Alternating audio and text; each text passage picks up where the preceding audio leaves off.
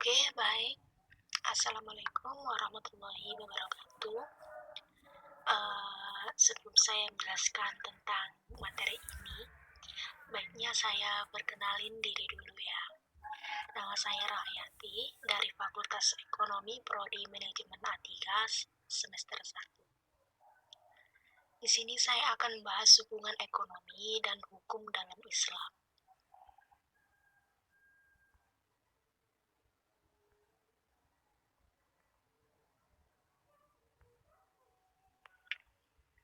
Pengertian ekonomi. Secara bahasa, ekonomi berasal dari bahasa Yunani, yaitu oikos, artinya rumah tangga, dan nomos, yang artinya hukum atau aturan. Jadi, secara istilah, ekonomi adalah rumah tangga di sini adalah bukan rumah tangga orang yang berkeluarga ya. Tapi dalam istilah ekonomi, rumah tangga itu ada rumah tangga produsen, ada rumah tangga konsumen, dan ada rumah tangga distribusi. Kemudian, menurut Islam, ekonomi dinamakan al-mu'amalah, al-maliyah, yakni ilmu ekonomi yang mempelajari segala perilaku manusia dalam memenuhi kebutuhan hidupnya dengan tujuan memperoleh falah. Falah artinya kedamaian atau kesejahteraan baik di dunia maupun di akhirat. Jadi konteksnya di sini bukan saja di dunia, tapi di akhirat juga ya.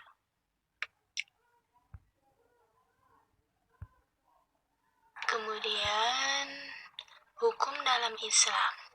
Secara bahasa, yaitu jalan yang dilalui umat manusia untuk menuju Allah. Artinya, apapun jalannya itu, baik yang kamu tidak sukai maupun yang kamu sukai, tetapi yang membuat kamu dekat dengan Allah, maka lakukan. Secara istilah, hukum-hukum yang diperintahkan Allah untuk umatnya yang dibawa oleh Nabi, baik yang berupa kepercayaan akidah maupun amaliyah, yakni perbuatan.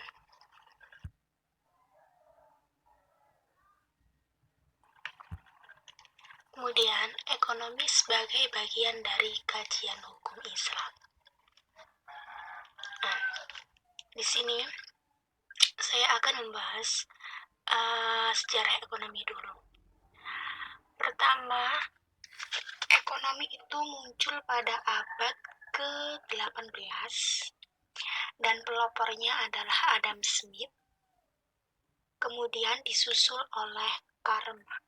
Kedua pelopor tersebut kemudian mengembangkan ekonomi karena pada saat itu terjadi penindasan terhadap kaum buruh.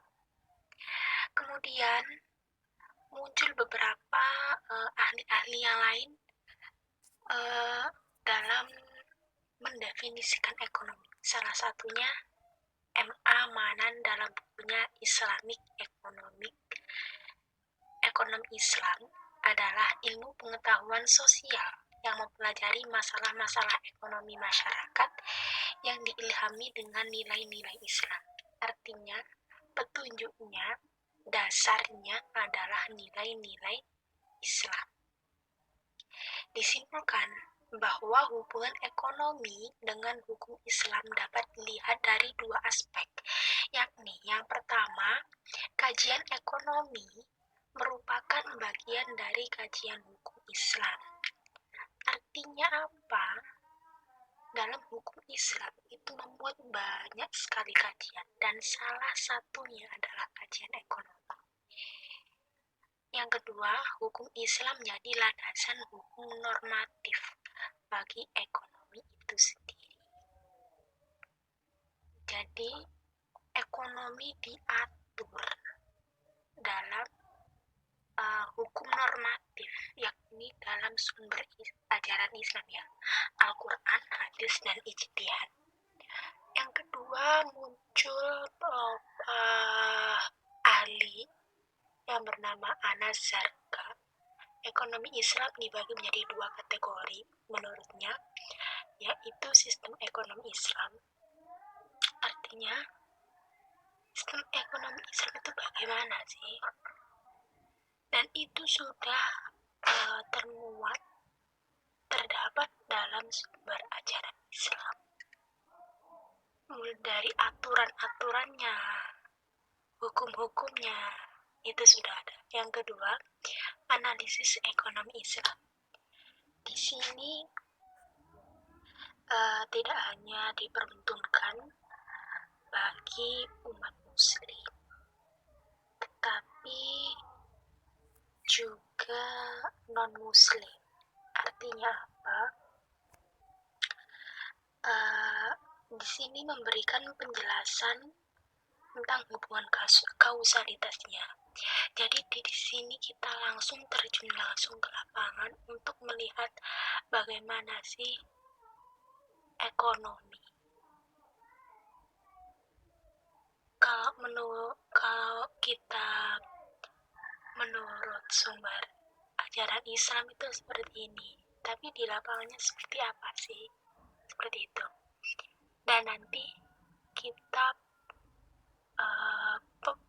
pikirkan mungkin bersama-sama, dan sehingga timbul hubungan sebab akibatnya, yaitu hubungan kausalitas.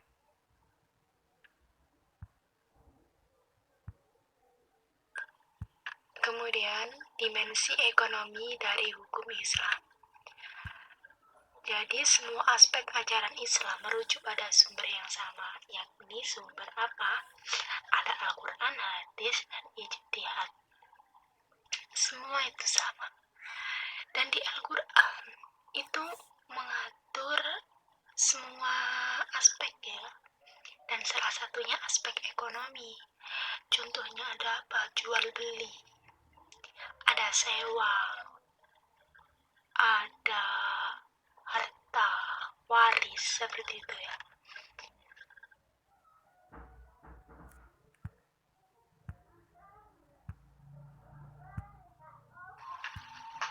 Kemudian ada peranan hukum sebagai landasan yuridis ekonomi. Peranan hukumnya itu apa saja sih? Untuk apa sih? Sebagai sarana meningkatkan pembangunan kehidupan ekonomi nasional, tentunya. Soalnya apa? Dalam sebuah negara pasti menginginkan ekonominya yang makmur, ya, ekonomi yang makmur. Dan tentunya sudah diatur dalam, biasanya kalau sebuah negara itu dalam hukum ya. Dalam hukum juga ada aturan, ada kayak semacam landasannya, ada undang-undangnya juga. Yang kedua, membentuk dan menyediakan peranata hukum bagi perlindungan kepentingan warga masyarakat yang secara ekonomis, politik berada pada posisi yang lemah. Tentunya dalam sebuah negara pasti tidak ada orang yang kaya semua dan tidak ada orang yang miskin semua. Artinya ada yang kaya, menengah, dan ke bawah. Dan di situ sudah diatur semua. Yang bawah juga mendapat haknya, yang kalangan bawah juga mendapat haknya, yang kalangan atas juga mendapat haknya. Yang ketiga, meningkatkan kesejahteraan warga sesuai dengan harkat dan martabatnya sebagai manusia. Artinya apa? Manusia di sini sudah diatur. Kita punya Pancasila pedomannya, punya undang-undang seperti itu. 4. Membuat dan menerapkan sanksi-sanksi terhadap perbuatan yang menghambat pembangunan sosial ekonomi. Tentunya kalau sudah kita dibuat aturan, pasti siapapun yang melanggar akan terkena sanksi. Tujuannya apa? Agar negara kita hidup itu sesuai tatanan, ya seperti itu, dan tidak ada penghambat.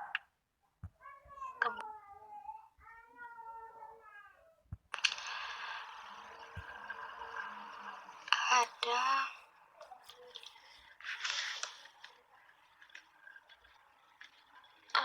landasan normatif. Landasan normatif itu ada Al-Quran, hadis, dan ijtihad. Kemudian landasan konstitusional itu ada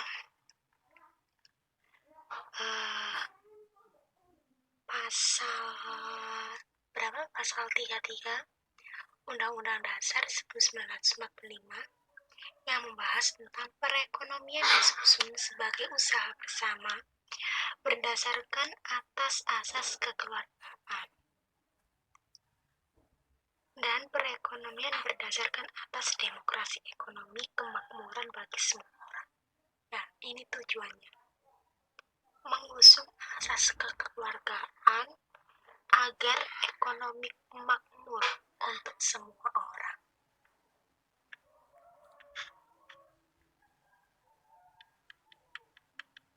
Landasan ideal itu ada pembukaan Undang-Undang Dasar dan Pancasila.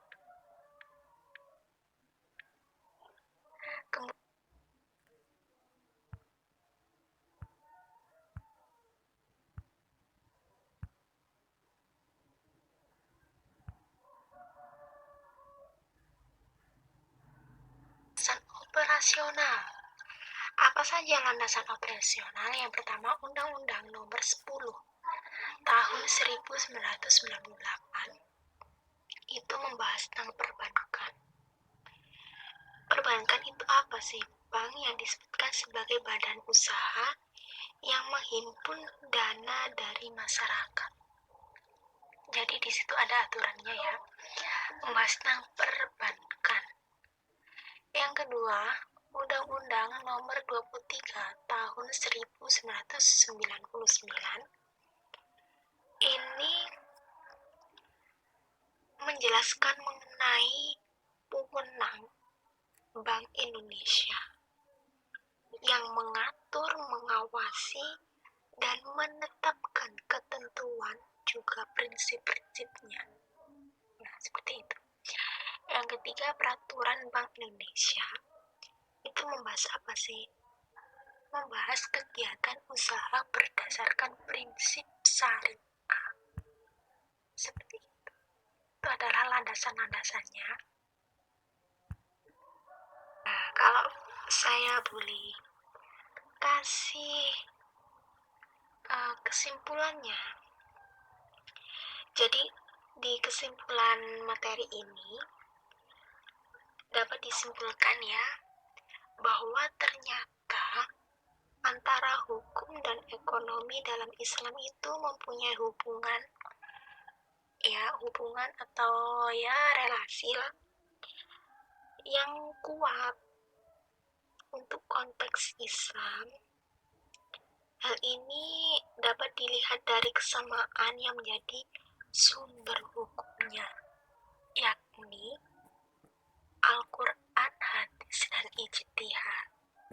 Hubungannya seperti itu. Jadi ekonomi itu diatur dalam sumber-sumber tersebut, dan sumber-sumber tersebut mengatur ekonomi. Ternyata sumber-sumber hukum tersebut itu tidak hanya mengatur ekonomi saja ya, tapi ekonomi adalah salah satu kajian dari sumber-sumber tersebut. Nah, baik, terima kasih. Thank you atas penjelasan dari saya. Apabila ada kesalahan, saya mohon maaf. Assalamualaikum.